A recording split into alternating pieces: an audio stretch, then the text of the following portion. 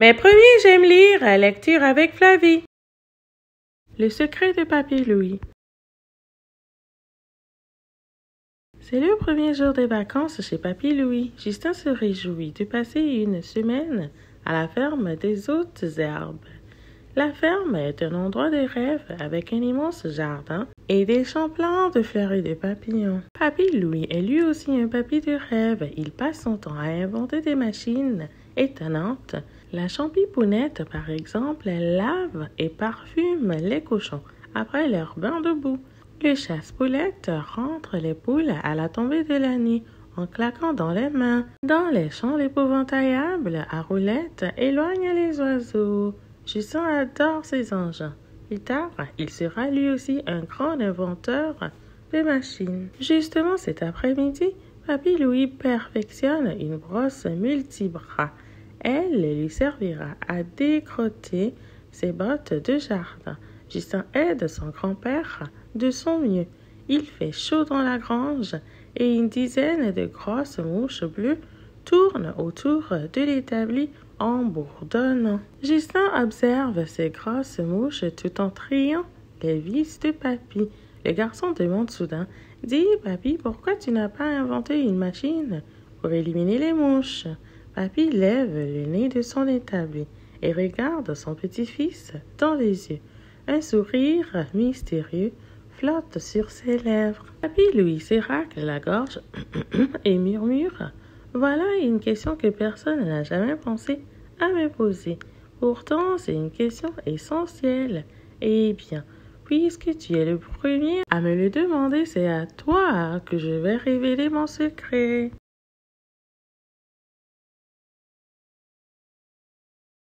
Papy se lance alors dans un récit étonnant. Vois-tu, Justin, cette histoire démarre en 1953 à la ferme. J'avais à peu près ton âge, mes parents étaient partis au champ et moi, j'étais assis dans la cuisine en train de faire mes devoirs. Une grosse mouche bleue est entrée par la fenêtre et a commencé à faire le tour de la pièce en bourdonnant.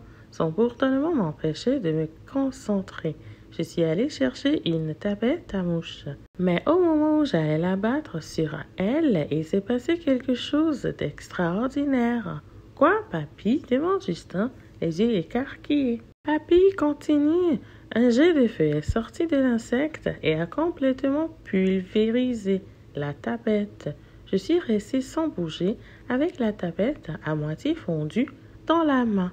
La mouche s'est ensuite posée sur le buffet et elle est restée là un long moment.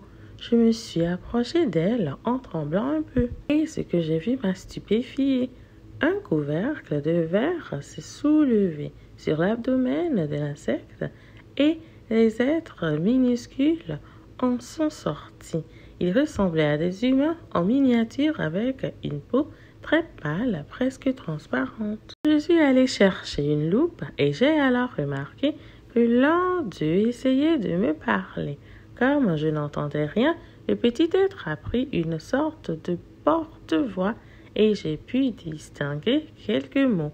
Sommes venus en paix. Ensuite, nous avons réussi à communiquer plus facilement. Le petit être m'a expliqué que la grosse mouche bleue était un vaisseau spatial ultra perfectionné. Il venait d'EVA, la planète la plus proche de la Terre. Mais personne ne connaît cette planète pour la bonne raison qu'elle a la taille d'un chou-fleur. Les événements, ces petits extraterrestres, étaient extrêmement en avance sur nous et très pacifiques. Ils avaient détruit ma tapette à mouche simplement pour se défendre. Mais ils avaient un problème. Ils étaient de plus en plus nombreux et leur planète devenait trop petite.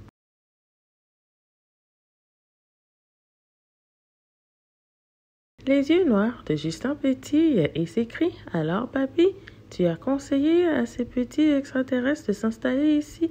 Papy répond dans un sourire « Tu as deviné juste, mon garçon. Je leur ai proposé mon pommier. Et vois-tu, je n'ai jamais regretté mon geste. » Papy Louis poursuit. À l'époque, c'était un jeune arbre que mes parents avaient planté à ma naissance.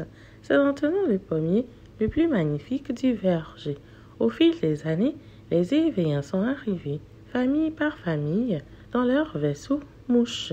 Ils sont maintenant plusieurs milliers à habiter l'arbre. Papy reprend l'air rêveur, sache que ce sont eux qui ont inspiré toutes mes machines. Ils m'ont donné des idées pour tout.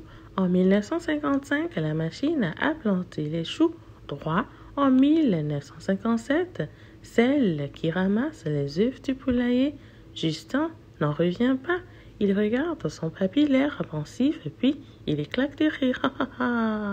Papy, il y a vraiment beaucoup d'imagination. Non seulement tu inventes très bien les machines, mais tu inventes aussi très bien les histoires. Et avant même que son papy puisse répondre, Justin saisit le bocal de vis et s'échappe dans le verger. Je vais attraper une mouche. Ça m'étonnerait bien que ce soit un vaisseau spatial. Justin court après une mouche qui vole en direction du gros pommier du verger.